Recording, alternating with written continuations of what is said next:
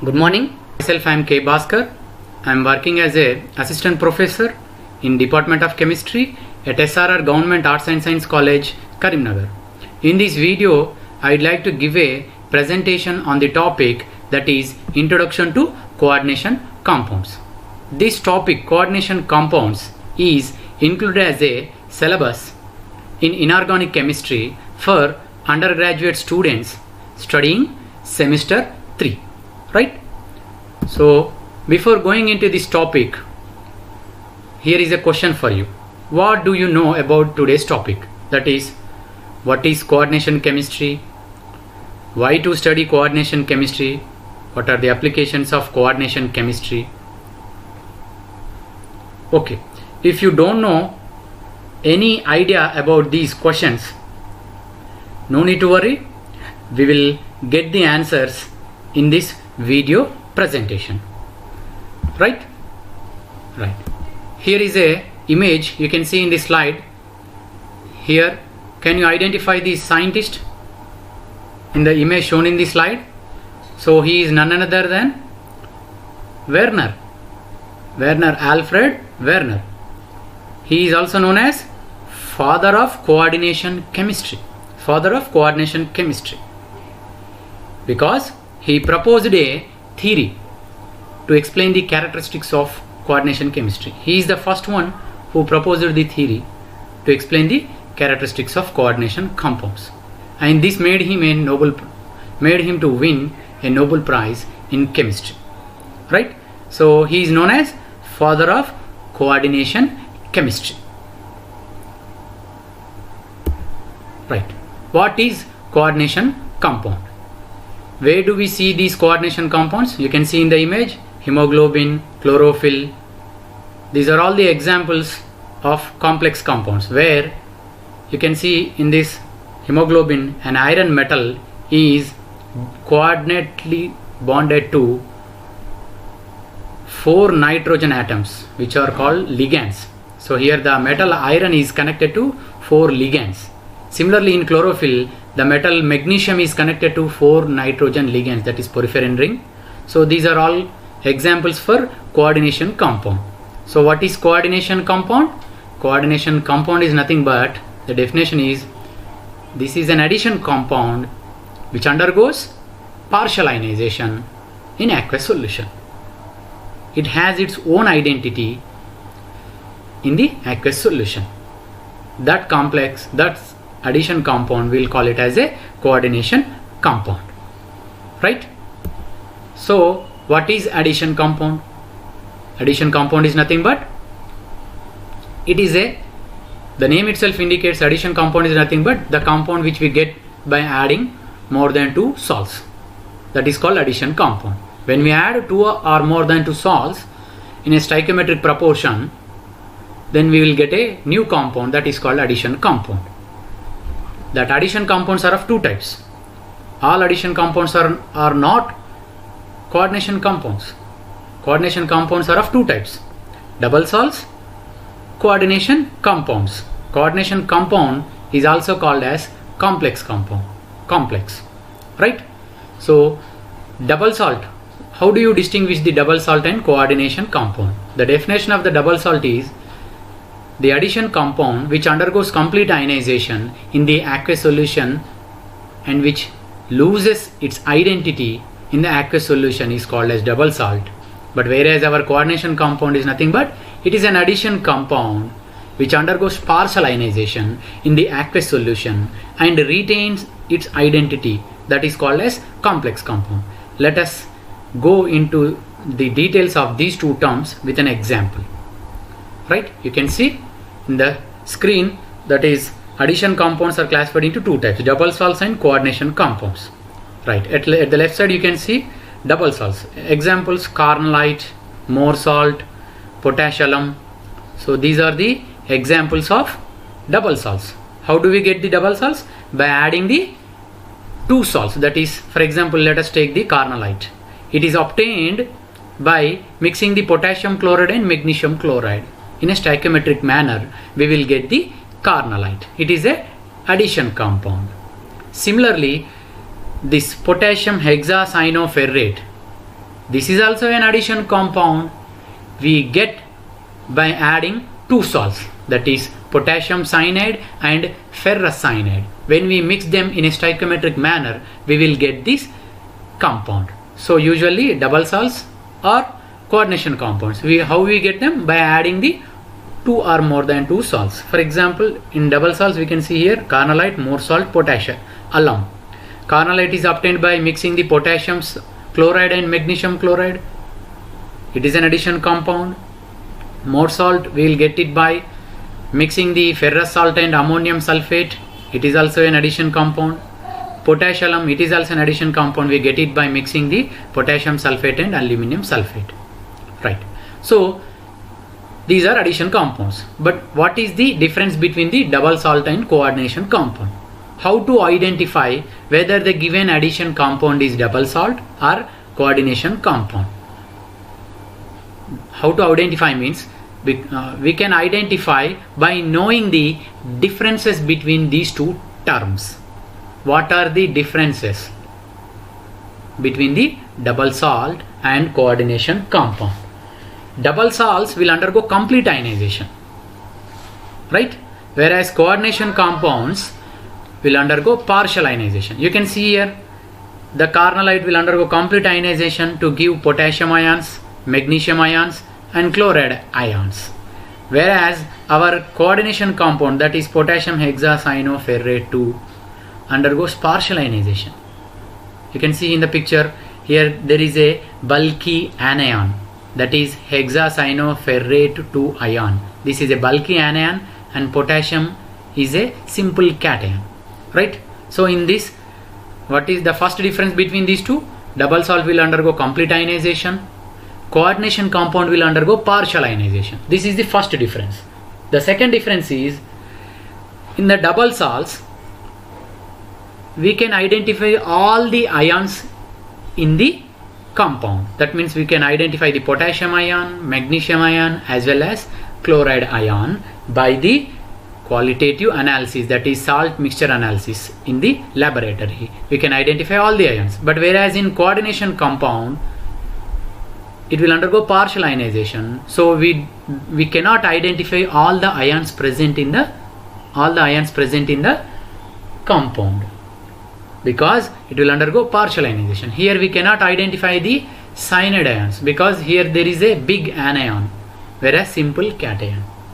The second difference is, in the double salts we can identify all the ions, but whereas in coordination compounds we cannot identify all the ions, right? The third difference is, double salts will loses their identity. There is no identity, special characteristics before adding or after adding. There is no difference. But whereas for coordination compounds it has its own identity. Before adding the components we have potassium cyanide and ferrous cyanide. So before adding, when we dissolve the potassium cyanide and ferrous cyanide in the solution, we can get the potassium cyanide as well as iron ion in the solution. We get 3 ions. We can identify 3 ions. But whereas after the addition, when it undergoes ionization, we cannot identify all the ions. So before the addition and after the addition there is a difference. Before the addition it will undergo complete ionization. After the addition we will get the coordination compound, but it will not undergo complete ionization. So this is the difference. It has its own identity. It has its certain speciality before and after the addition. So therefore it has its own identity. And the next difference between these two is, while forming the double salt, the metal do not change its coordination number, but whereas while forming the complex compound, that is coordination compound, there will be increase in the coordination number of the metal ion. You can see here, before the addition, ferrous cyanide, iron is connected to 2 cyanide ions. Here the number of bonds between the cyanide and iron is 2 bonds, but whereas here after the formation of the complex the iron is connected to 6 ligands, that is 6 cyanide molecules, cyanide ions. So therefore here there is a increase in the coordination number, that means number of bonds. Before the addition, number of bonds around the iron is 2. After the formation of the complex, the coordination number of the iron is 6. There is an increase in the coordination number of the metal during the formation of the complex, right? This is the difference. And the last most difference between these two terms, that is double salt and coordination compound, is colligative properties. What is colligative property? The property which depends on the number of ions present in the solution. We know in double salts it will undergo complete ionization, so we will get more number of ions. More number of ions are produced in this case. So therefore they exhibit maximum colligative property and as well as conductivity property. Whereas complex compounds will undergo partial ionization. The number of ions will be less. Less number of ions are produced in this situation, so they show less colligative as well as conductivity property, right? So these are the main differences between the double salt and coordination compound, right? Now you got clear idea, right? So complex compounds will undergo partial ionization. You can see here 3 examples. So the first example, potassium hexacyanoferrate 2, it will undergo partial ionization. In this we will get simple cation and complex anion. This is a complex with an example of having simple cation and as well as complex anion. In the second example you can see this is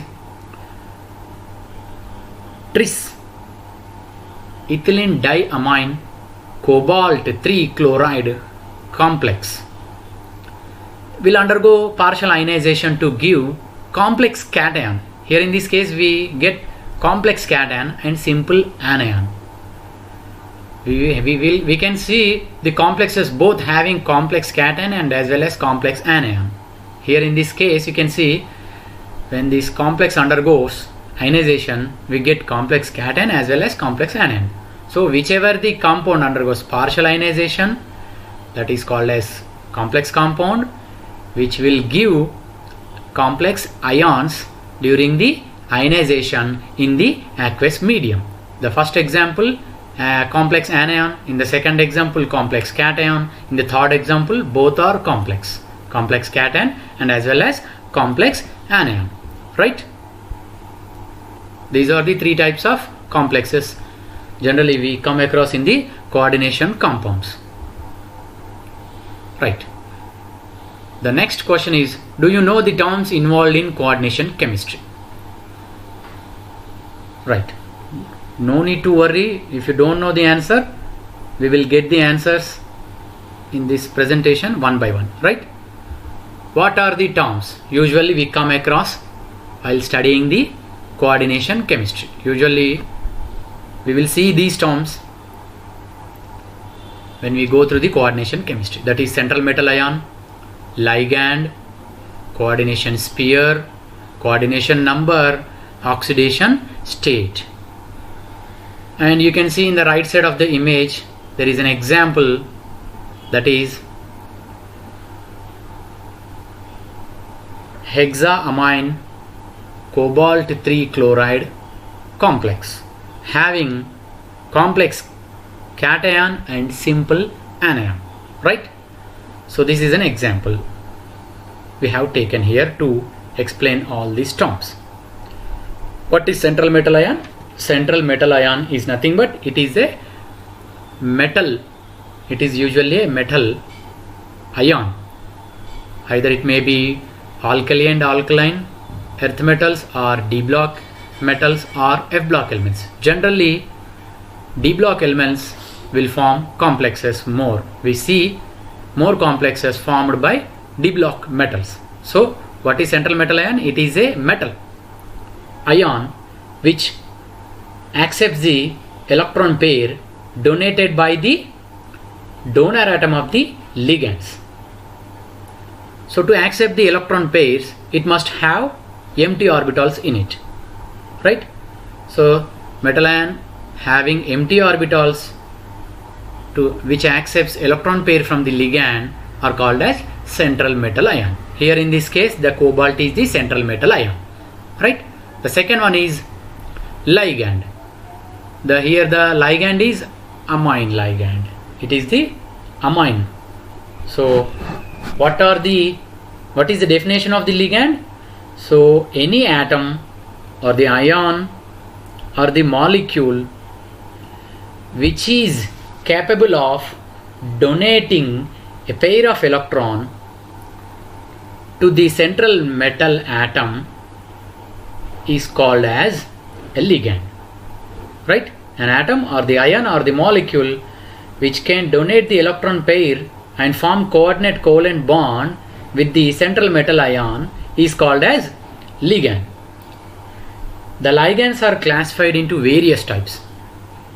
So in order to solve all the problems in the coordination chemistry, like to compare the stabilities, reactivities, as well as structural problems and magnetic properties, so even in order to write the complex name nomenclature also, we need to more concentrate on this term, that is ligand. Out of all the terms, this ligand is very important, right? So ligands are classified into various types. Based on the charge, ligands are of three types. If the ligand is having negative charge, it is called as negative ligand. If the ligand is having positive charge, it is called as positive ligand. If the ligand is having no charge at all, then it is called as neutral ligand. So based on the charge, the ligands are of three types: positively charged ligand, negatively charged ligand, and neutral ligand. This is one type of classification. The other type of classification is classification based on the denticity. What is denticity? Denticity is nothing but the number of electron pairs donated by the ligand to the central metal atom is called denticity. If a ligand is having only one pair to donate to the metal atom, then that is called as monodentate ligand. If a ligand is having two pairs and if it can form two bonds with the metal atom, then it is called as bidentate ligand. If a ligand is having three lone pairs to donate to the central metal ion, and if it can form three coordinate covalent bonds with the metal, then it is called as tridentate ligand. So in this way, based on the denticity, based on the number of coordinate covalent bonds which can be formed by the ligand, the ligands are classified into various types: monodentate ligand, bidentate ligand, tridentate ligand, tetradentate ligand, pentadentate ligand, and so on. That is polydentate ligand, right? So we have to know this, we have to concentrate on this term, that is ligand. So in this slide you can see ligand classification. Here amine, it can donate only one lone pair to the metal and form one bond, so that is called as monodentate ligand. Whereas in the second image you can see, second picture, metal is connected to a ligand and the ligand name is ethylene diamine. It is having two lone pairs, two donor atoms, nitrogen atoms.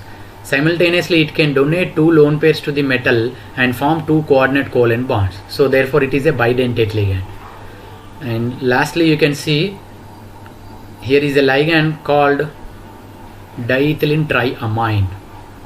Having three lone pairs, it can form three coordinate covalent bonds with the metal. That is a tridentate ligand, right? So based on the denticity, ligands are classified into various types: monodentate, bidentate, tridentate, right? Coming to the third term, that is coordination sphere.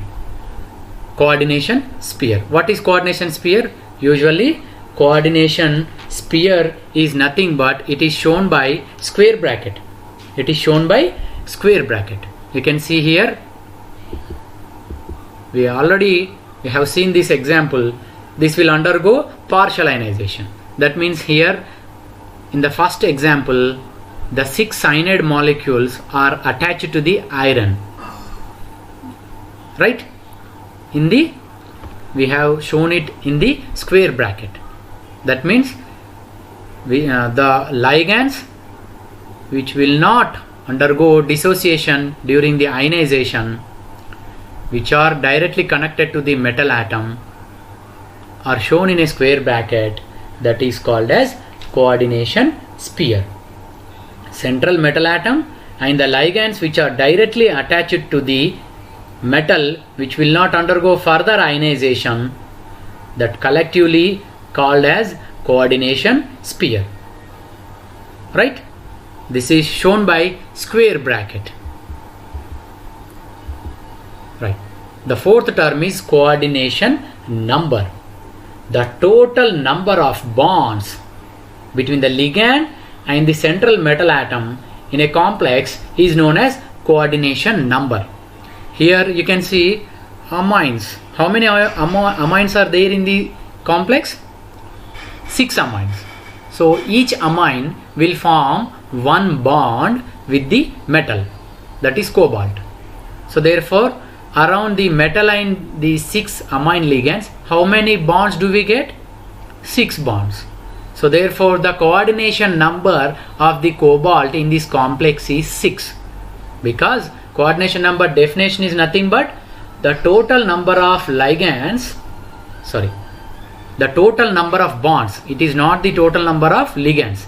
The total number of bonds between the ligand and the metal is called coordination number, right? In this case, the number of ligands are 6, number of bonds are 6.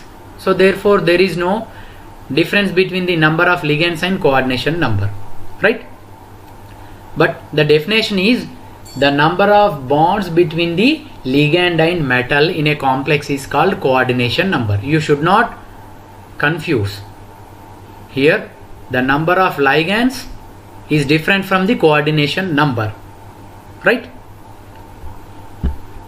The last term is oxidation state. What is oxidation state or oxidation number?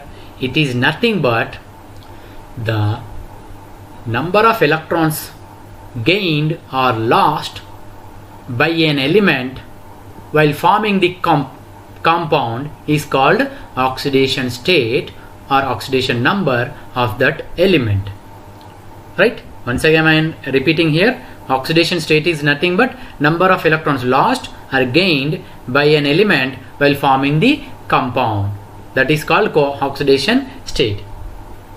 That is nothing but, in a shortcut way we can say that the charge present on the element in the complex while forming the complex, that is charge present on the element in the complex is called oxidation state, right? This is oxidation state, right?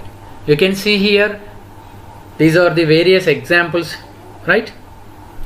In this example, in the first example, that is amine, we are having 6 amines. Each amine is a monodentate ligand. So therefore, the number of bonds between the metal and amine ligands is 6. So therefore, here the coordination number of cobalt is 6.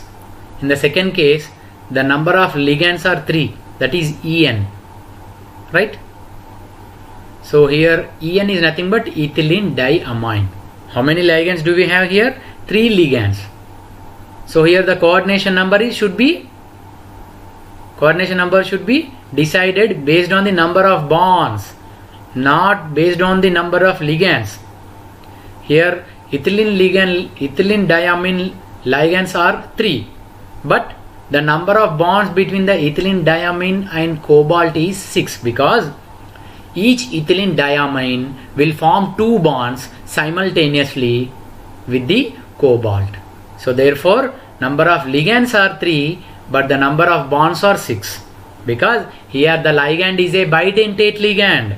You can see in this picture, bidentate ligand, ethylene diamine in the middle. You can see this is the example of bidentate ligand. Here it is the ethylene diamine. So ethylene diamine will donate 2 lone pairs to form 2 bonds. This is the bidentate ligand, therefore it will form 6 coordinate covalent bonds with the metal. Therefore here the coordination number is 6, but the number of ligands are 3. Right? You can see here magnesium EDTA, right? Magnesium EDTA, that is ethylene diamine tetraacetato, manganate, right? Sorry, the nomenclature for this ion is ethylene diamine tetraacetato magnesiate 2 ion, right? We can see the rules for giving the nomenclature later in detail, right?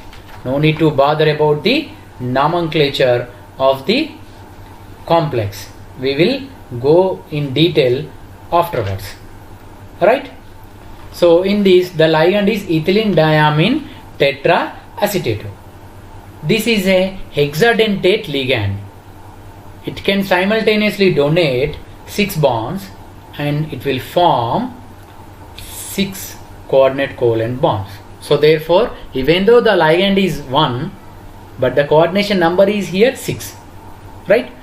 So now you got clear idea about the coordination number. Coordination number is decided based on the denticity of the ligand. Denticity of the ligand. Denticity is nothing but number of bonds which can be formed by the ligand.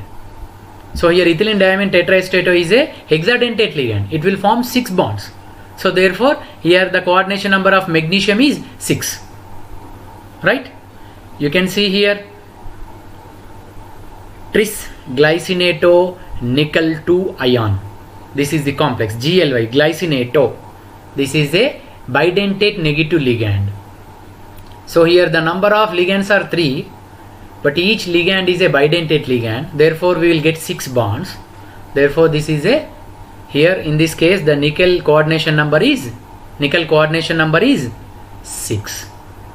And you can see here DMG, dimethyl glyoxynato. It is also a negative bidentate ligand. Here the number of ligands are 2, and here it is a bidentate ligand. So therefore the coordination number of nickel is 4, right? So in this way the coordination number is decided based on the denticity of the ligand. So one must have clear idea about the denticity of all the ligands in the literature in order to decide the coordination number of a metal in a given complex. So for that please go through the textbook, right?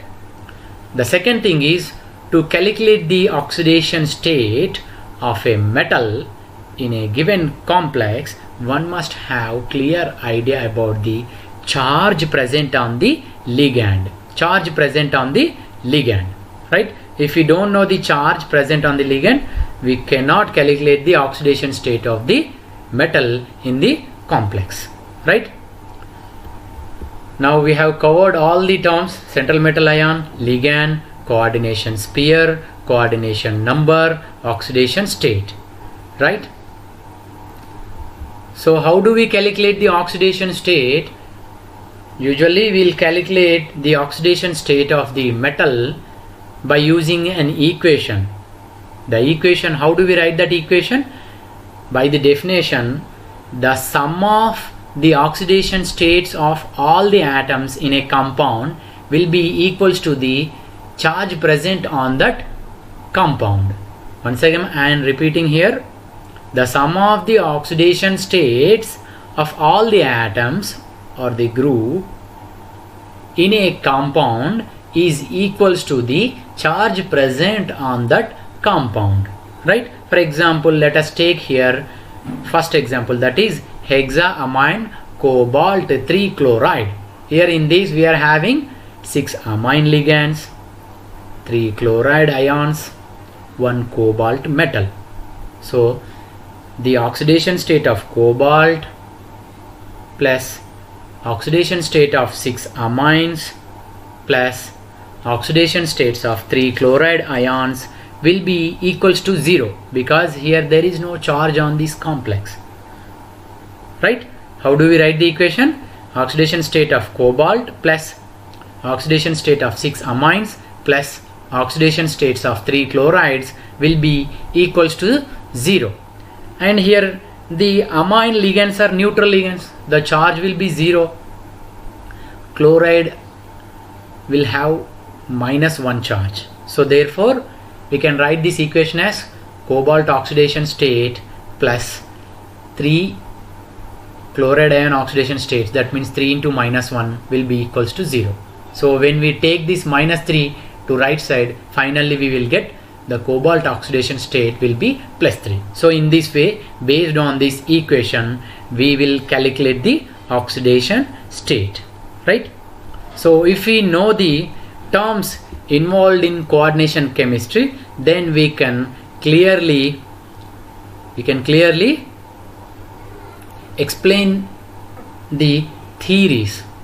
We can clearly understand the theories in the coordination chemistry, right? Just you practice all the examples. By taking all these examples, you practice what is the coordination number of the metal in the given complex, what is the oxidation state of the metal in the given complex, what is the ligand in the given complex, which in the and also you just concentrate on the ligand classification, right? And finally, just you summarize what you have learned in this topic. Sorry, here I have written here valency bond theory postulates, but here just you summarize what are the terms involved in coordination chemistry. So finally, I think you feel better after listening this video presentation. Now you got clear idea about the terms involved in coordination chemistry, right? Finally, if you have any doubts, you can comment in my YouTube channel, then I will give you reply. Thank you. Finally, nurture the nature for the future. Thank you for listening to the video presentation.